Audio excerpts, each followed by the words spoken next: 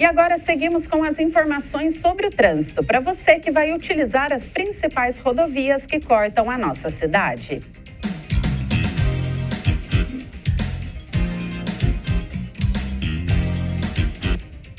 Floriano Rodrigues Pinheiro, sentido Serra da Mantiqueira, tem pouco movimento na manhã dessa segunda-feira e a viagem segue tranquila com boa visibilidade.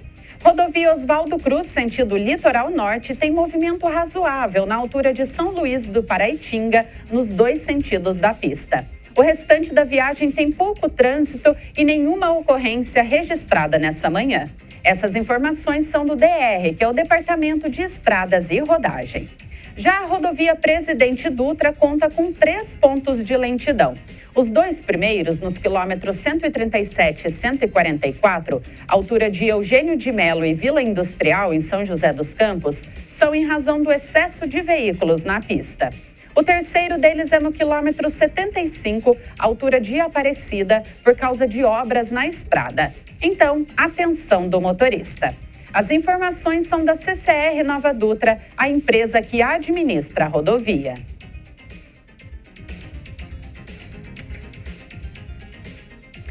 E agora nós voltamos a falar sobre a sessão ordinária da última semana e a nossa estagiária Isabela Vieira explica o projeto da Comissão de Justiça que corrige a ordem de alíneas de uma lei de 2019. Vamos então entender melhor esse assunto. O projeto, apresentado pela Comissão de Redação e Justiça e aprovado em primeira votação no dia 17, tem a finalidade de corrigir as alíneas finais da lei que estabelece o calendário municipal de eventos de Taubaté. A lei que incluiu a Corrida e Caminhada da Solidariedade de São Benedito foi aprovada e incluída na alínea T do mês de julho. No entanto, essa lei foi vetada pelo prefeito, tornando a alínea disponível novamente. Nesse tempo, foi apresentada e aprovada a inclusão do Festival Jazz e Blues para constar no mesmo mês no calendário, utilizando a alínea T que estava disponível. Enquanto aguardava a sanção da lei do Festival Jazz e Blues, o veto à lei da Corrida e Caminhada da Solidariedade de São Benedito foi rejeitado e a lei foi promulgada pelo presidente da Câmara. Logo em seguida, o prefeito sancionou a lei do Festival Jazz e Blues, ocupando a mesma letra na sequência de alíneas, o que ocasionou a repetição das alíneas T. Com a aprovação desse projeto, as leis dos 2 eventos se mantêm em vigor, cada uma com sua linha distinta. Para a questão estar totalmente resolvida, ainda falta passar por segunda votação e sanção do prefeito. Olha, em resumo, 2 leis foram publicadas quase ao mesmo tempo, criando eventos distintos dentro do calendário oficial de eventos, usando a mesma linha, que é uma letra do alfabeto usada para dar sequência aos artigos da lei. A Comissão de Justiça fez essa revisão e o projeto foi aprovado pelo plenário. E detentos do regime semiaberto que estão nas unidades prisionais do Vale do Paraíba e do Litoral Norte usufruíram da 3ª saída temporária de 2024. Quem traz mais informações para nós é o repórter Lucas Levin. A saída temporária de presos, que colocou cerca de 3.400 detentos nas ruas do Vale Litoral, aconteceu mesmo após o Congresso Nacional ter derrubado, no final de maio, os vetos do presidente Lula à proposta que eliminava a saída temporária durante datas comemorativas. Apesar dessa decisão, o Tribunal de Justiça de São Paulo optou por manter a 2ª e a 3ª saída de 2024. São beneficiados na região os presos das unidades de Potim, Tremembé, São José dos Campos e Caraguatatuba. Os presos famosos que cumprem pena na região, como o ex-jogador Robinho e o motorista do Porsche Azul Fernando Sastre, não foram contemplados com benefício, pois não cumprem regime semiaberto. O presídio que liberou o maior número de detentos para as ruas foi o Edgar Magalhães Noronha, o P-Mano, em Tremembé, com 2.471 presos beneficiados, de acordo com a Secretaria de Administração Penitenciária. Obrigada, Lucas, pelas informações. E esses presos que são beneficiados com a saída temporária são do regime semiaberto e devem voltar aos presídios da região hoje. E seguindo aqui o nosso Boletim em Câmara, nós vamos dar sequência com a entrevista do dia. Nós recebemos aqui nos nossos estúdios o fisioterapeuta e professor universitário Jorge Alves da Silva Júnior.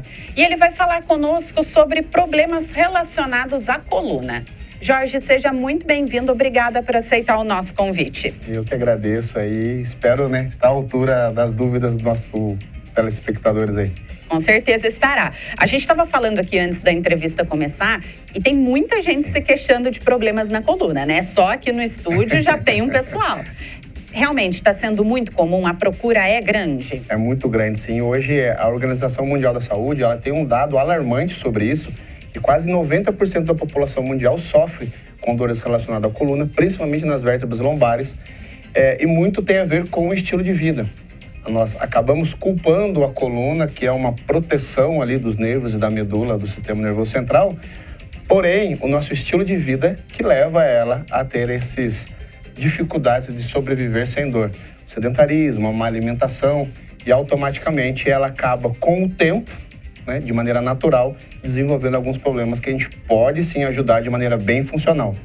Bom, daqui a pouco a gente vai falar mais sobre esses hábitos que levam a esses problemas. E eu queria falar dos tipos mais comuns, desses problemas. Para a gente começar, o que é uma hérnia de disco? A hérnia de disco, entre as vértebras, se encontra um disco intervertebral, que, popularmente falando, é como se fosse aquele chiclete babalu. Ele tem um núcleo bem líquido, ele é bem molinho e faz com que os discos, as vértebras, não encontrem uma na outra, porque seria osso com osso. Quando eu tenho uma predisposição à fraqueza muscular, ou enfim, outros fatores, esse disco acaba saindo um pouquinho para fora do local natural e pegando uma terminação nervosa, geralmente lombar, descendo para a perna. E aí que mora o perigo, a dor, a dormência, a falta de sensibilidade vem através desse evento e esse evento acaba dificultando muito a qualidade de vida das pessoas. E o que pode levar a isso? A hérnia de disco, o bico de papagaio, ele acompanha a fisiologia natural do envelhecimento. O que pode ser isso? É a mesma coisa que a ruga é para a pele, o cabelo branco é para a cabeça. É natural isso acontecer. Isso vai acontecer, por isso o número muito alto de pessoas com dores na coluna. Só que não adianta, como o cabelo eu pinto, a raiz branca aparece. A ruga, se eu não faço procedimentos estéticos, vai passar um tempo, ela volta a aparecer. A coluna é igualzinha. Nós precisamos estar ativo, atividade física moderada, mobilidade de quadril, uma boa avaliação fisioterapêutica para que todo esse processo de fisiologia do envelhecimento natural minimize um pouco. Quanto menos movimento eu colocar na minha vida, mais riscos eu tenho de desenvolver alguma dessas patologias na coluna. E tem alguma atividade que seja mais indicada para a gente evitar esse desgaste natural do nosso corpo? Hoje em dia, se você fazer um pouquinho de mobilidade de quadril, uma caminhada, a mobilidade de quadril é realmente fazer com que aquela amplitude de movimento, eu tenho uma limitação, até aqui dói. Você começa a trabalhar um pouquinho mais, dia após dia, para que isso possa ir evoluindo. Uma caminhada. É interessante sempre estar sendo avaliado por um profissional específico, mas são medidas simples, que já pode te ajudando a esse processo, a minimizar esse processo. E a partir daí você começa a fazer uma atividade física regular, a dor acaba diminuindo em função desse novo processo que você criou. Quanto menos movimento eu coloco e mais sedentarismo, as articulações, não só da coluna como as outras, vão ficando mais rígidas. Quando eu começo a colocar função nessas articulações, automaticamente toda a fisiologia ajuda, lubrifica, o músculo volta a funcionar e as articulações maiores e coluna se beneficiam disso. E automaticamente eu tenho um risco de dor muito menos agressivo do que linkado ao sedentarismo. Olha, algumas pessoas falam que para eu não ter dor, eu preciso ter dor da atividade física. Mas a dor da atividade física é completamente diferente, né? A gente brinca na clínica que é a dor boa. É as microlesõezinhas que acabam ocasionando a falta de atividade. Então, como qualquer processo, a gente brinca, se eu deixar um carro muito tempo guardado na garagem, ele não vai funcionar. Quando ele funciona, ele falha, ele tem os processos dele, que por ficar muito tempo, o nosso organismo é bem semelhante. Então, quando eu volto a funcionar, eu tenho essa dor muscular tardia, eu tenho esse incômodozinho, só que não se compara à falta de função que um problema literalmente traz de saúde. Então, essa dor muscular tardia, ela tem um processo, 48 horas, ela vai minimizando, porque o seu organismo está dizendo para você, olha, parabéns, você voltou a praticar atividade física, isso aqui é uma leve consequência, mantém que ela vai sumir e você vai entrar num novo estágio de saúde. Bom, você falou também sobre o bico de papagaio. Isso. O que é? O bico de papagaio, a mesma lógica que nós falamos sobre a hérnia de disco, que fica entre as vértebras e o disco extravasa, o corpo das vértebras é bem redondinho assim mesmo, e durante a lateral, durante a nossa vida, ele pode sair um leve dedinho, chama osteócito. Esse osteócito se encontra na parte de baixo com a parte de cima e forma uma proeminência semelhante a um bico. Por isso que leva esse vulgar nome de bico de papagaio. E o que acontece? O disco também é comprimido um pouquinho mais e essa parte óssea se encontra. Quando essa parte óssea se encontra, também perde um pouco de mobilidade e quando eu aumento essa mobilidade, gera uma dor. Mas isso é normal, isso vai acontecer. Eu tenho meios que eu posso prevenir e me mantendo em atividade, com mobilidade e exercício, automaticamente eu minimizo esse risco de maneira, considerável. Tem algum local na coluna em que o bico de papagaio ocorra com mais frequência? Ele é mais comum, quase todas essas patologias, é mais comum em vértebras lombares, que são as últimas lá perto do quadril, por suportar todo o peso do tronco. No entanto, todas as vértebras lombares, elas têm uma característica maior realmente por suportar essa carga. Isso não limita de aparecer nas vértebras torácicas, que é no meio da coluna, e até das cervicais também. Não afasta, mas é mais comum lá embaixo nas vértebras lombares. E uma vez que a pessoa foi acometida por uma dessas patologias, é possível recuperar, ter um tratamento aí que faça ela ficar bem de novo? Possível. Sim, hoje a ciência mostra pra gente bastante casos relacionados a essas patologias, não são nem mais cirúrgicos, são tratamentos conservadores. Aí sim, um bom fisioterapeuta, uma boa avaliação fisioterapêutica para que possa trazer função e minimizar esses riscos e até evolução também. Que quanto mais eu for deixando de lado, e a gente tem muito disso, a gente acostuma a viver com essa dor, ela vai evoluindo, chega a ponto de ficar mais difícil tratar, ficar mais irreversível, muito crônica. Então, quanto antes eu sentir, procurar uma boa avaliação fisioterapêutica, procurar meios de eu conseguir fazer isso evoluir, eu vou ter uma possibilidade de sucesso muito maior. E outro risco também, quando as pessoas têm muita dor assim, é o consumo de medicamentos, né? Qual é o risco disso? De você fazer o uso contínuo desse medicamento sem realmente tratar a causa do problema. Exatamente. E a gente chama de mecanismo de lesão. Se eu tomo todo o medicamento, que o medicamento ele vai agir no sintoma. Qual é o sintoma? A dor. A dor ela é benéfica para o organismo. A dor ela é uma sirene que está me dizendo que tem algo errado. O algo errado é o mecanismo de lesão que está gerando essa dor. Se eu tomo só uma medicação onde eu vá apagar essa sirene, desligar essa sirene e não cuidar do que está gerando essa dor, eu estou criando um risco para o meu organismo. Então eu estou mascarando o sintoma e deixando o problema ali. Sem contar os outros problemas para os outros sistemas, né? Porque o medicamento acaba indo para seu estômago, para seus rins, para seus fígados, enfim. Isso vai, com o tempo, ocasionando uma evolução e deixando cada vez mais crônica aquele problema. Então, a automedicação, ela não é indicada, em vários casos, e esse é mais um, e bem evidente. E a partir daí, se eu tenho um acompanhamento médico e o meu médico prescreve uma medicação, ele automaticamente vai falar para você, olha, procure uma fisioterapia também, porque vai auxiliar você para que esse sintoma não retorne mais. E você falou do nosso estilo de vida e o quanto ele tem influenciado negativamente para esses problemas na coluna. Quais são as principais causas aí da dor na lombar? A dor de lombar, ela é multifatorial. Então, muita coisa inclui isso no nosso dia a dia. Mas o que a ciência nos mostra? O sedentarismo, falta de atividade física, alimentação, o sono. O sono é primordial para restabelecer todo o processo, não só de dor lombar, de como qualquer outra dor. Durante o sono, todas as fases do sono, quando você cumpre e acorda literalmente, que é uma grande diferença entre dormir e repousar.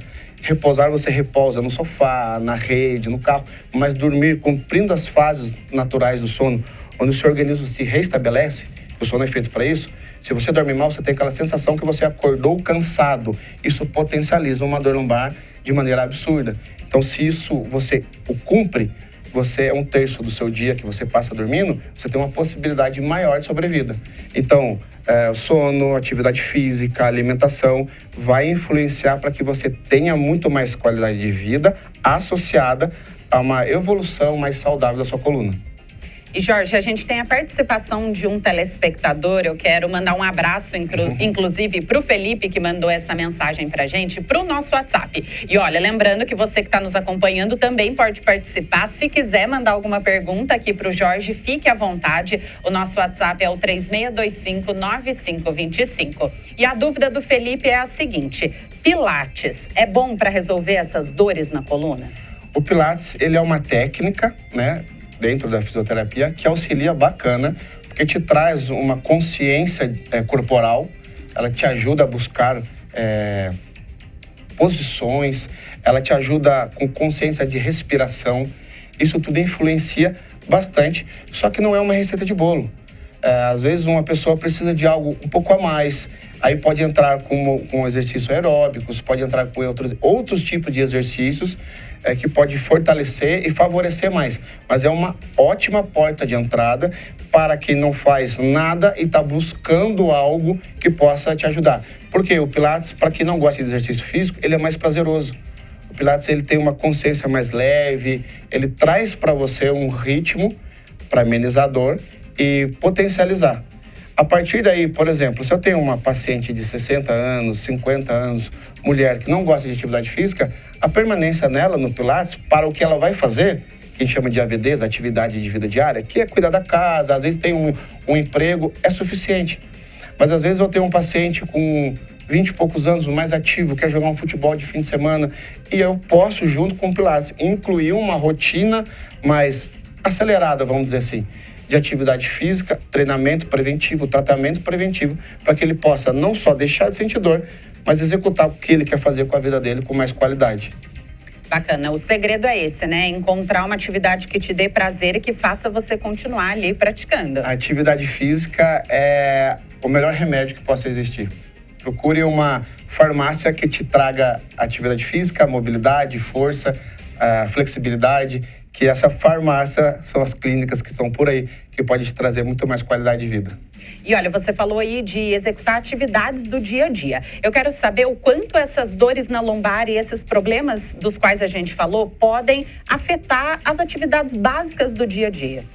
É muito frequente e muito... Hoje em dia, se você olhar, a partir dos 30 anos de idade, já existe bastante queixa na clínica sobre pessoas com incapacidade, com afastamento profissional, em função desses quadros. E acaba gerando realmente...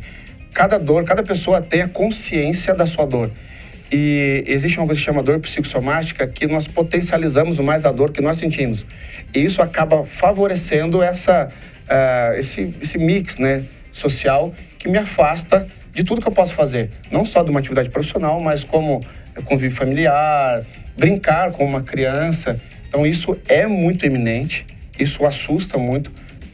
As pesquisas estão a todo momento de olho em como minimizar todos esses riscos, só que vai ser sempre uma pergunta meio retrógrada. A gente sempre vai estar voltando lá dizendo que a melhor maneira é a gente conseguir prevenir e não curar.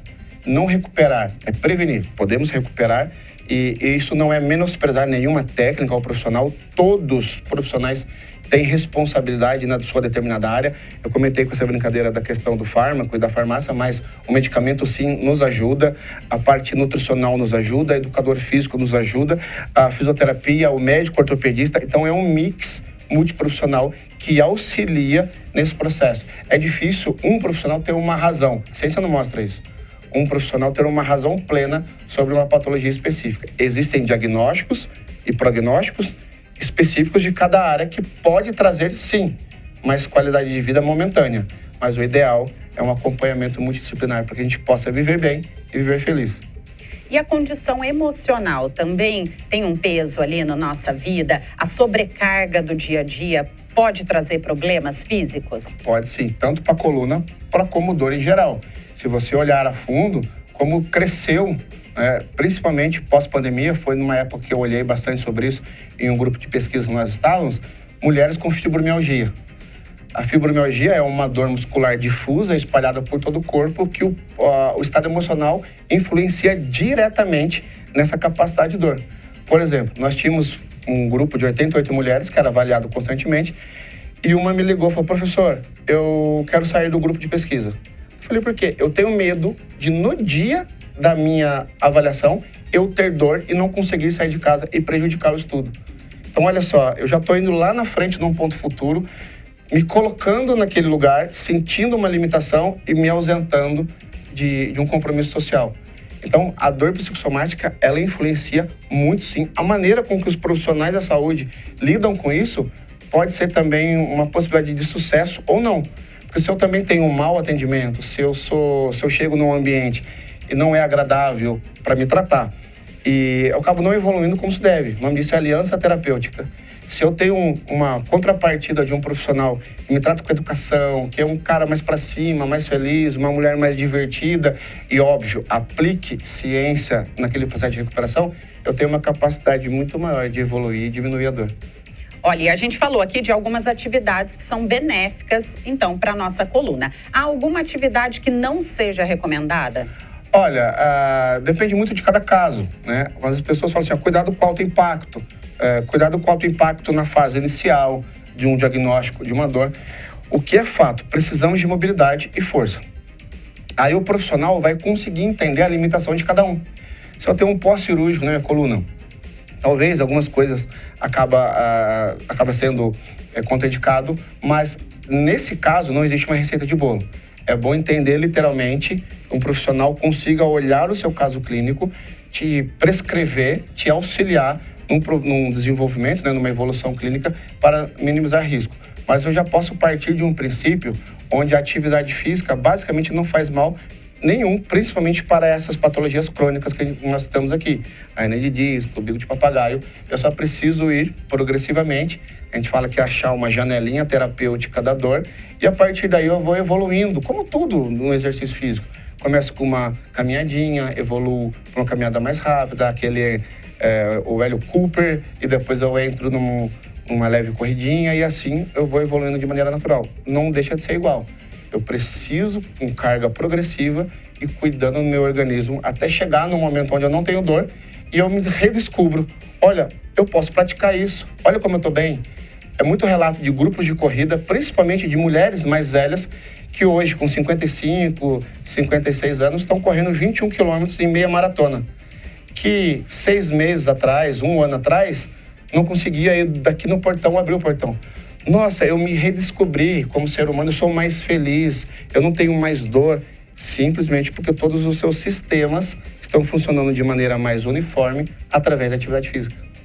E para a gente finalizar, o quanto o nosso estilo de vida atualmente tem influenciado aí negativamente para o aparecimento dessas doenças. E eu te pergunto, por exemplo, com relação ao uso do celular, que tem sido muito intenso, inclusive desde criança, né? Muito pequenininho, as crianças já estão ali usando não só o celular, também televisão, videogame. Isso influencia para que, como você disse, são patologias que fazem parte aí do desgaste natural do nosso corpo. Mas é comum já que isso aconteça com crianças ou adolescentes? Isso, hoje em dia, por exemplo, é muito comum falar nas redes sociais sobre problemas na cervical. Por quê? Você acaba fixando muito a cervical. Não existe nada na ciência especificando isso. Porque também, como lombar, ela é multifatorial. O que eu consigo enxergar? Toda essa facilidade do acesso à informação, ao entretenimento, ele tem tirado das pessoas o tempo de cuidar do próprio organismo. O tempo que eu passo, por exemplo, em redes sociais, não é o mesmo tempo que eu me preocupo em praticar alguma atividade física. E quando eu pratico atividade física, é muito mais pensando no retorno do meu entretenimento, das minhas redes sociais, como a resposta física, realmente. Então, trazendo para esse ambiente, os celulares têm aquela média de uso semanal, diário. Se você abrir lá, você fica até com vergonha. Eu tenho 15, 20, 30 horas de uso. E aí eu quantifico isso em atividade física. Né? Os smartwatches nos mostram isso. Não é 10% desse processo. Então, como um ladrão de atenção, é mais evidente do que patologias crônicas, por exemplo, que para eu ter esse problema relacionado à minha vértebra cervical, eu vou precisar de anos em desenvolvimento para isso. Então, quando as pessoas falarem assim, olha, a mochila do colégio da criança, o celular da criança está causando um problema para a coluna da criança, a ciência não fala sobre isso. Aí, o que eu vou olhar? na avaliação dessa criança. O que ela come, os hábitos de vida. Às vezes a gente fala principalmente da mochila, né? A mochila é uma vilã para as crianças, mas a má alimentação, o salgadinho, o miojo, o refrigerante e a ausência da atividade física, não. Isso não é. Então vamos culpar a mochila, que é a vilã em todo o processo, e automaticamente nem 4, 5% da culpa é dessa mochila pesada, até porque hoje as crianças quase não andam para ir para a escola e as mochilas têm rodinha. Pararam de falar nesse assunto em função disso, mas trazendo para a vida da criança o mesmo raciocínio da adulta, trazendo para o celular e pelo estilo de vida, a gente consegue fechar uma matemática que é muito mais evidente o estilo de vida do que qualquer outra coisa que está à volta. Perfeito, Jorge. Quero agradecer, então, mais uma vez pela sua presença, por aceitar o nosso convite e até uma próxima oportunidade. Eu que agradeço, estarei sempre à disposição. Obrigada, boa semana. E o Detran de São Paulo vai reforçar a fiscalização contra o consumo de álcool entre motoristas. A operação tem o objetivo de reduzir e prevenir os sinistros causados pelo consumo de bebida alcoólica ao volante. Mais informações com o repórter Lucas Levin. Durante a Semana Nacional de Trânsito, que acontece entre os dias 18 e 25 de setembro, o Detran São Paulo vai intensificar as operações de fiscalização contra o consumo de álcool entre os motoristas. As chamadas Operações Direção Segura Integrada serão realizadas em todo o estado, em regiões com grandes índices de acidentes de trânsito e também em localidades que concentram bares e baladas. A iniciativa conta com o apoio das equipes das polícias Militar, Civil e Técnico-Científica. Estão programadas pelo menos 43 operações no decorrer da semana, sendo 2 fiscalizações por superintendência, com a possibilidade de que o município realize mais de uma simultaneamente, e outras inspeções em rodovias que cortam o estado. Na Semana de Trânsito de 2023, 27.497 veículos foram abordados em 35 operações em todo o estado, com 702 condutores autuados por recusa ao teste do etilômetro e 82 por direção sob efeito de álcool. E vale lembrar que tanto dirigir sob o efeito de álcool quanto recusar-se a soprar o bafômetro são consideradas infrações gravíssimas, segundo os artigos 165 e 165A do Código de Trânsito Brasileiro. Em ambos os casos, o valor da multa é de R$ 2.934,70. E o condutor responde a processo de suspensão da carteira de habilitação. E em caso de reincidência, a multa é aplicada em dobro, ou seja, um valor superior a R$ 5.800. E agora seguimos com as manchetes dos principais jornais da nossa região e do Brasil. Jornal Vale traz a manchete: incêndio em loja de Taubaté causa prejuízo de R$ 1 milhão. De acordo com o proprietário, o imóvel estava com a documentação de funcionamento regularizada e havia passado por uma reforma há cerca de 2 anos. O portal G1 destaca: atriz mirim de Taubaté grava filme ao lado de ator de Missão Impossível. Em cartaz nos cinemas, Meu Amigo Pinguim foi gravado em solo brasileiro e é o primeiro filme internacional de Duda Galvão, que tem 11 anos. Universidade de Taubaté traz o destaque: Unital abre inscrições para programa de intercâmbio virtual e gratuito em 8 países. Inscrições seguem até o dia 15 de outubro. No cenário nacional, a Folha de São Paulo destaca: brasileiros têm até 16 de outubro para pedir dinheiro esquecido no sistema do Banco Central. Prazo para ir à Justiça será de 6 meses. Depois desse primeiro prazo, do dia 16 de outubro, ainda haverá outros 30 dias para contestar a transferência desses valores ao Tesouro Nacional.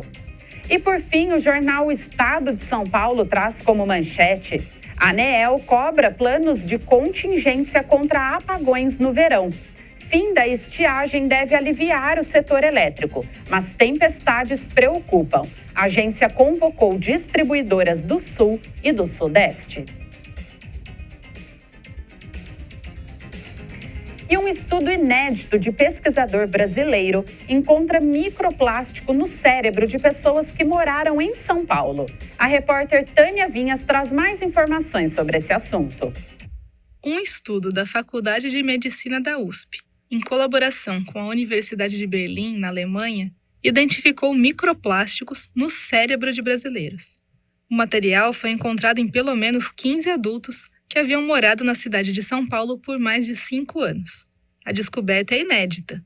Os microplásticos já tinham sido encontrados em vários órgãos, como pulmões, intestinos e corrente sanguínea, mas nunca no cérebro. E sinto informar que se temos microplásticos no cérebro, provavelmente temos em qualquer outro lugar. Isso porque o órgão é considerado uma estrutura bem protegida, já que a barreira hematoencefálica é responsável por proteger o sistema nervoso central de substâncias potencialmente tóxicas presentes no sangue. Curiosamente, o estudo aponta que a via olfativa seria a maior porta de entrada para esses microplásticos. Nesse grupo de pesquisa, os cientistas analisaram tecidos de bulbo olfativo de indivíduos falecidos. Um total de 16 partículas e fibras de polímeros sintéticos foram identificados nos cérebros, e o tipo mais comum encontrado foi o polipropileno, usado comumente em roupas, embalagens de alimentos e garrafas. Apesar da pesquisa ter focado em indivíduos que moraram em São Paulo, outro estudo desenvolvido pela Universidade Federal de São Paulo identificou que o Estuário de Santos, no litoral sul paulista, é um dos locais com maior contaminação por microplásticos do mundo. E um terceiro estudo, conduzido por especialistas da Universidade do Novo México e ainda em fase de finalização, estima que cerca de 0,5% dos nossos cérebros já podem ser compostos hoje por microplástico. Eu concordo com a declaração de Matthew Campion, principal autor dessa pesquisa. Há muito mais plástico nos nossos cérebros do que eu jamais imaginei ou com que me sinto confortável. Volto com vocês. Uma notícia preocupante, né, Tânia? E esse é mais um motivo para nós repensarmos o nosso estilo de vida, nosso consumo e também o nosso futuro. E pesquisas recentes também revelaram que a presença de microplástico no corpo humano representa um maior risco de infarto do miocárdio, AVC e Alzheimer. E agora seguimos com o nosso especial Eleições.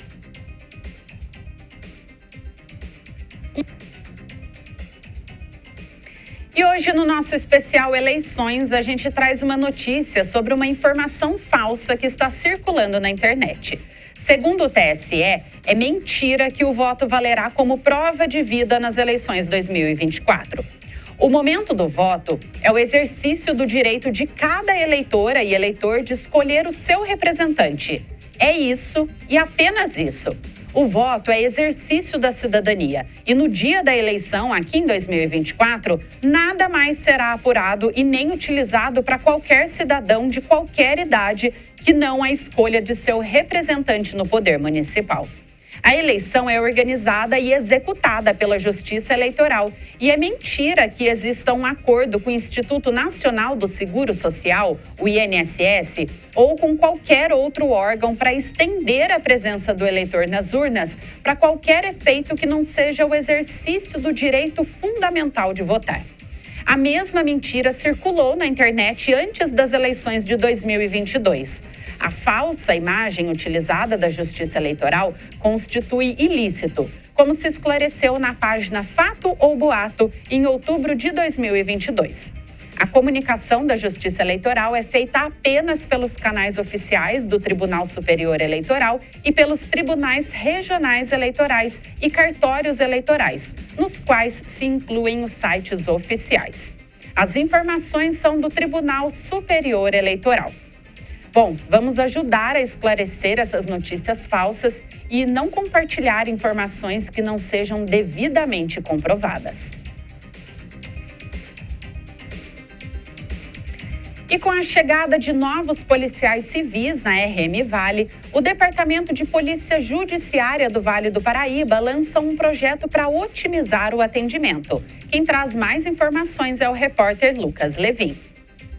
A Polícia Civil do Vale do Paraíba e Litoral Norte contará com um reforço de 234 novos policiais a partir desta semana. Segundo informações do delegado Múcio Matos, diretor do Departamento de Polícia Judiciária do Vale do Paraíba, o DEINTER-1, a chegada desses profissionais tem como objetivo suprir a lacuna deixada por aposentadorias e exonerações dos policiais nos últimos anos, além de melhorar o atendimento em todas as delegacias da região. A distribuição dos novos policiais foi feita de forma estratégica, considerando as necessidades específicas de cada localidade. Cidades menores, que até então contavam com cobertura temporária de policiais, agora terão equipes fixas. Não haverá mais delegacia na região sem investigador e escrivão, pontuou Múcio. A chegada dos novos policiais também marca o início de um projeto piloto que visa melhorar o atendimento nas delegacias da região. Segundo Múcio, o foco principal é oferecer um atendimento imediato às ocorrências, mesmo em situações que demandam mais tempo, como flagrantes ou investigações complexas.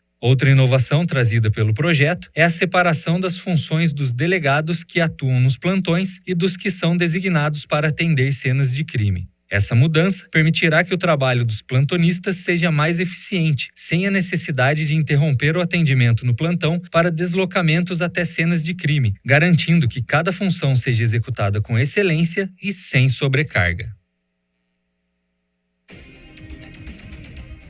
Obrigada, Lucas. E esse projeto piloto, que já está em fase de implantação, deverá contar com um reforço adicional agora em novembro, quando novos delegados vão chegar para completar as equipes de investigação e também de atendimento. E agora seguimos com a previsão do tempo. As informações são do nosso estagiário Murilo Henrique.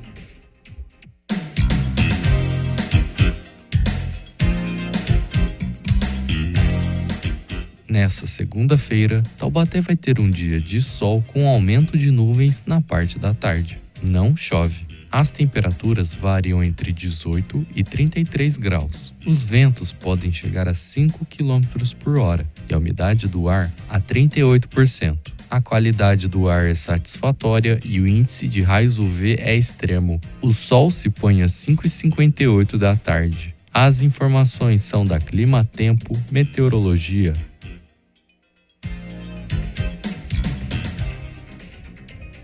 Bastante calor, hein, Murilo? Obrigada pelas informações. E uma massa de ar quente volta a predominar, trazendo calor para toda a região sudeste. O início da primavera, que aliás começou ontem, aumenta a incidência de radiação solar e a duração dos dias também é maior. Isso acontece porque a Terra fica mais inclinada em relação ao Sol, o que faz com que as temperaturas aumentem.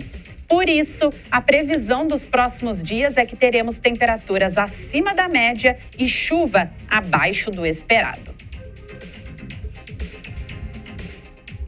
E novas amostras calculam que o mundo poderá recuperar a camada de ozônio até 2040. Agora nós chamamos a repórter Tânia Vinhas com as informações que foram divulgadas pela ONU News. O dia 16 de setembro é considerado o Dia Mundial do Ozônio.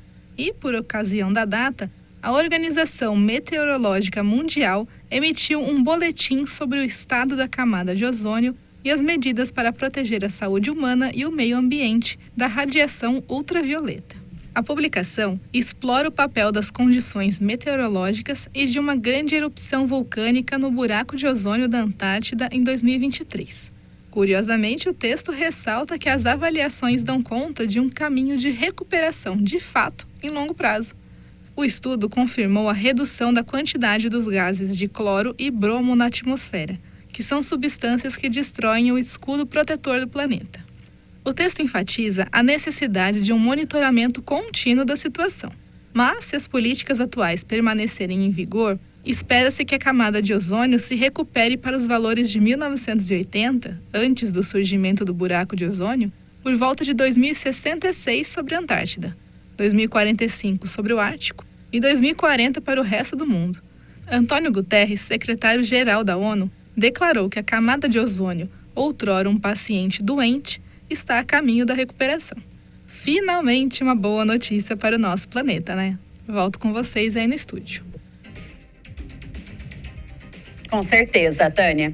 E o Dia Mundial do Ozônio é comemorado no dia 16 de setembro, porque foi nessa data, lá em 1987, que 46 países assinaram o Protocolo de Montreal, que é o tratado ambiental mais bem-sucedido de todos os tempos. Foi graças a ele que a ciência vem observando a eliminação gradual de substâncias danosas à camada de ozônio. E agora a gente continua com a Tânia aqui no nosso boletim para falar de uma novidade. Os Correios lançaram um selo institucional e carimbo comemorativo em celebração aos 35 anos do IBAMA. A repórter Tânia Vinhas conta mais sobre essa novidade. Atenção, filatelistas de plantão, ou colecionador de selos, se achar mais fácil. Os Correios lançaram na semana passada um selo institucional e um carimbo comemorativo para celebrar os 35 anos do Instituto Brasileiro de Meio Ambiente e dos Recursos Naturais Renováveis, o IBAMA. Sandro Alexandre Almeida, diretor de negócios dos Correios, conduziu o lançamento e recebeu o presidente do IBAMA, Rodrigo Antônio de Agostinho Mendonça. O selo foi criado pelo próprio Instituto e faz a conjugação dos mesmos animais que aparecem nas cédulas de real e plantas da biodiversidade nacional, além da logomarca do órgão e do texto 35 anos. Ele é um registro memorável da data de criação da autarquia federal, tendo em vista o relevante papel social e governamental desempenhado pelo Instituto, na perspectiva dos temas de proteção ambiental, sustentabilidade dos recursos naturais renováveis e preservação da diversidade biológica da fauna e da flora. Almeida enalteceu a honrosa missão assumida pela autarquia nessas 3 décadas, ressaltando como a filatelia pode apoiar nessa causa. Para ele, este selo é mais do que uma homenagem, é um convite à reflexão. Ao ver essa pequena peça de arte, que simboliza os 35 anos de dedicação do IBAMA, somos lembrados da urgência em preservar o que é nosso. Precisamos olhar para o futuro com responsabilidade, sabendo que as decisões de hoje impactam as gerações de amanhã. Volto com vocês. Obrigada, Tânia, por esse recado importante. E o carimbo comemorativo do IBAMA vai ficar disponível para uso na Agência Central dos Correios em Brasília por 30 dias. E após esse período, ele vai ser incorporado ao acervo do Museu dos Correios. Já o selo institucional vai ser disponibilizado para aquisição no site da empresa. E agora uma notícia que serve de incentivo para muita gente. Aos 30 anos, Isadora Alves da Silva se determinou a realizar o seu sonho. Assim, sem nada, nem lugar para morar, ela estudou e foi aprovada no concurso para a Polícia Militar do Distrito Federal. Desempregada e dividindo apartamento com um desconhecido, ela saiu do Rio Grande do Norte para tentar a sorte em Brasília, o local onde ela nasceu. Insistente, Isadora passou no concurso público para PM. Mas antes disso, ela viu que precisava aprender a estudar, melhorar o português e a matemática, que são matérias que ela considera como base de tudo. Nervosa, no dia da prova, a jovem não conseguiu terminar todo o exame. Isadora fez o concurso após uma separação tensa em que sofria abuso no casamento e muita dificuldade financeira. A jovem, com todas essas dificuldades, conseguiu se formar em 2 faculdades, Biblioteconomia e Relações Internacionais. Ela é um grande exemplo de superação e força para nós começarmos a semana acreditando nos nossos objetivos. E hoje, a partir das 2h da tarde, tem audiência pública sobre o Conselho Municipal de Assistência Social. Lembrando que você pode acompanhar aqui no plenário ou ao vivo pela TV Câmara Taubaté. E a partir das 5h da tarde tem Jogo Franco, também ao vivo, com o Miguel Cáter, repercutindo tudo sobre a final do Campeonato Amador de Futebol aqui da nossa cidade. O Boletim Câmara de hoje termina por aqui. Eu agradeço a sua companhia. Essa foi a edição ao vivo dessa segunda-feira, dia 23 de setembro. Tenham todos um ótimo dia, uma excelente semana e até mais.